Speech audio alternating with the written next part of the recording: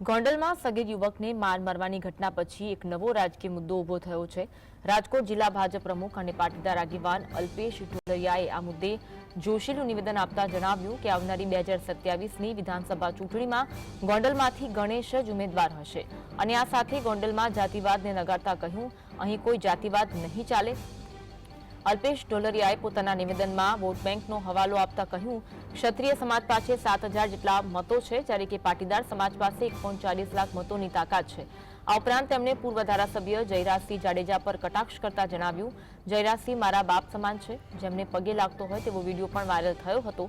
તેમણે વધુમાં કહ્યું કે જેમને લાળ ટપકે છે તેમને જાહેરમાં કહું છું કે ગોંડલની સીટ પર બહારના કોઈ નજર ન રાખી અમારો ગોંડલ ગણેશ તૈયાર છે। તો અલ્પેશ ઢોલરિયા દ્વારા જોશીનું નિવેદન આપવામાં આવ્યું હતું અને હજી જેને લાડ ટપકે ને કહી દઉં છું કે અહીંયા સીટ ઉપર કોઈ બહારના નજર ન કરતા, અહીંયા અમારો ગણેશ તૈયાર છે અને એને અમે પટેલ સમાજ અહીં ખંભે બેહારીને ધારાસભ્ય બનાવવાના છે ભાઈ। એટલે કોઈ એમમાં બહારના લોકો રહેવા નથી ભાઈ। તમે મીડિયા સામે કયો આપણે બધા એક છે? આપણા વચ્ચે કોઈ વિવાદ છે? કોઈથી થવા દેવો છે? અમે બધા ભાઈની જેમ રહી છીએ, રહેવાના છે। એટલે બહારના જે લુખાવને અહીંયા ગુંડાગીરી દેખાતી હોય ને એને અજયડા આવીને અહીંયા પૂછજો અમને। આજ અંગે વધુ વાત કરીશું। સમતા આશીષ ફોન લાઈન પર જોડાયા છે। આશીષ, અલ્પેશ ઢોલરિયા દ્વારા જોશીનું નિવેદન આપવામાં આવ્યું અને ગોંડલની સીટ પર ગોંડલ ગણેશ તૈયાર હોવાનું તેમના દ્વારા જણાવવામાં આવ્યું, અપડેટ જણાવશો?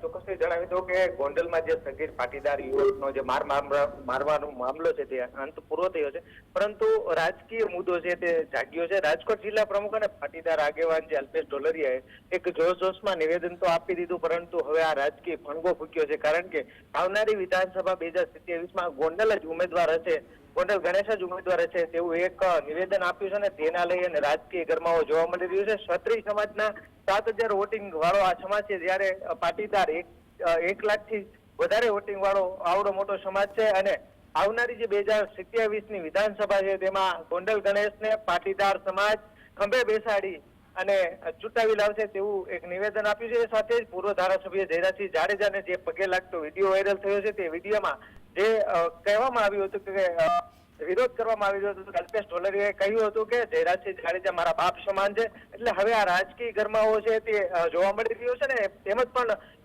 નિવેદનમાં એવું પણ જણાવ્યું હતું કે જેમને બહારથી જેમને લાળ ટપકે છે અને જાહેરમાં કહેવા માંગવામાં આવે છે કે આ સીટ કોઈ બહારના નજર ના કરતા અમારો ગોંડલ ગણેશ 2027માં તૈયાર છે। આને લઈ અને આ રાજકોટ જિલ્લા પ્રમુખ અલ્પેશ ઢોલરિયા હોય, ભાજપના પ્રમુખ હોય અને આવું નિવેદન આપે એટલે હવે રાજકીય ગરમાવો જોવા મળે છે 100%। જી, આભાર માહિતી આપવા માટે।